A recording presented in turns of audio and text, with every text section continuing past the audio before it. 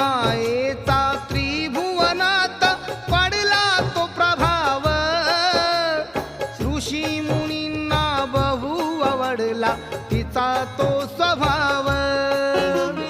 महिषासूर तो असुर मातला धरून कुभाव, तुळजा भवानी माता प्रगटली करण्यानी भाव.